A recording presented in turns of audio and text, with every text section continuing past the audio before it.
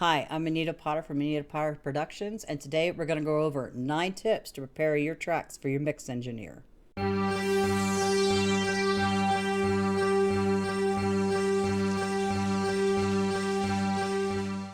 Now, more often than not, especially the last couple of years, you're going to need to work with a remote mix engineer. And here are 9 tips to help you prepare for that. Number 1, logically name your tracks. Seems simple enough. You don't want to send your mix engineer a whole bunch of WAV files titled Audio 1, Audio 2, Audio 3, and so on and so forth. Because that's just going to you're going to end up communicating back and forth trying to figure out what tracks are what. Because we're not going to know. We didn't record the tracks. We're here to mix them. So you're going to want to name them like what they are. Like kick, snare, overheads, room tracks, keyboard, piano, bass, guitar, acoustic guitar, and any other instrument that's you've got WAV files for that you've recorded. And it will help. That way they can get the session set up so they can get to work on your song. Number 2, include a doc, PDF, or text file for your song.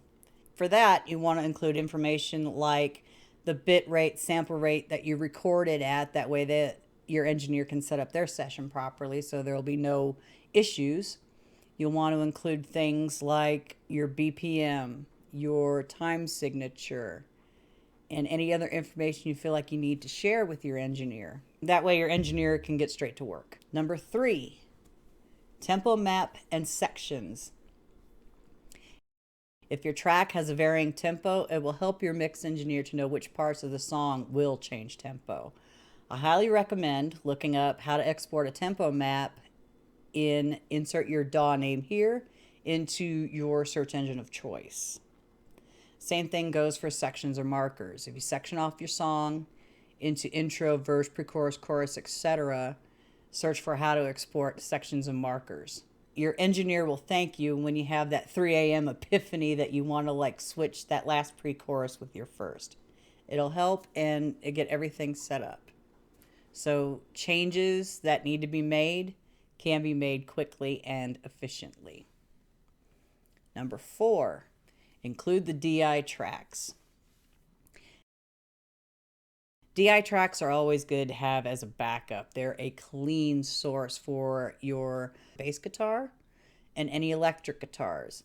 It can also serve a purpose as to if you don't have an amp sound that you particularly like, your mix engineer will probably have amp emulations that they can test it against and then send it back and forth to you to see which ones you like, which ones you don't like. You can also include the DI tracks because sometimes I will use the DI tracks to trigger reverbs. I'll send the DI track to a reverb track and have it just set as that source instead of putting it on the actual track itself. Number 5, mono tracks to mono stems, stereo tracks to stereo stems. Some tracks will either have one audio source, which is mono, or 2 audio sources, which will be stereo. Typically, instruments like bass guitar, electric guitar will be mono tracks. Things like piano, stereo overheads, even stereo room mics for drums will need to be into a stereo file. Now, you might want to be tempted to say if you record a DI guitar and an amplifier, you might want to be tempted to turn that into a stereo file. Do not. We need those as separate sources.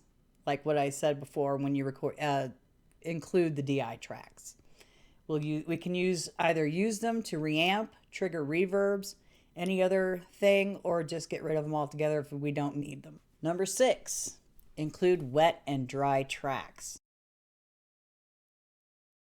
There might be a time when you're recording your instrument and you have an effect on it and you want to keep that effect. It's best to record it as a send. Like if you're doing guitar and you have this awesome, like, I don't know, phaser or something on it, some kind of chorus thing, and you want to include that with it, keep it, send it to an auxiliary track. That way, your mix engineer can have both the regular instrument and the wet effect on that instrument. That way, we can blend it in and automate it. That way, it's not all just on one track. Number 7, bounce MIDI tracks to audio files.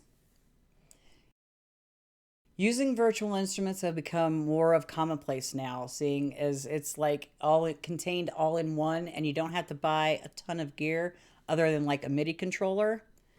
Now, most mix engineers won't have the same MIDI instruments that you might have. Now, you can also make arrangements with your mix engineer. If you use like a specific MIDI instrument that you don't particularly like, but you can't afford to go and get the one you do want, you can talk to your mix engineer and see if they actually have that particular plugin. And then by all means, go ahead and send that MIDI track to your mix engineer.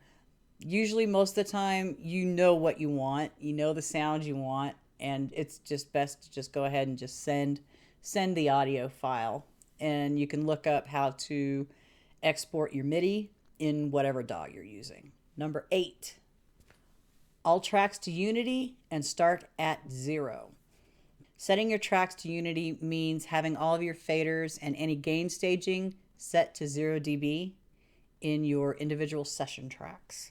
All tracks, when you export them, should be where they're supposed to be. And the track timeline should start at 0. If you're unsure how to export your tracks so they're all where they're supposed to be, search in your favorite search engine or on YouTube for a tutorial on how to do this in your specific audio recording program. Number 9, communication is key.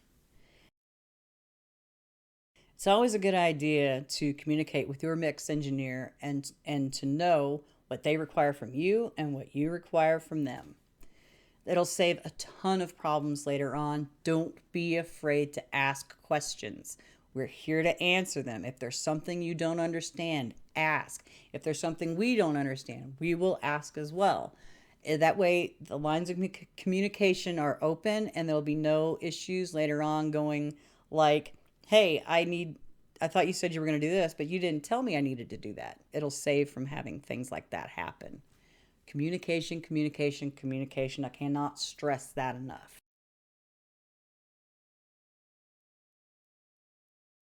And that's it. That's 9 tips on how to prepare your tracks for your mix engineer. What else would you add to this list?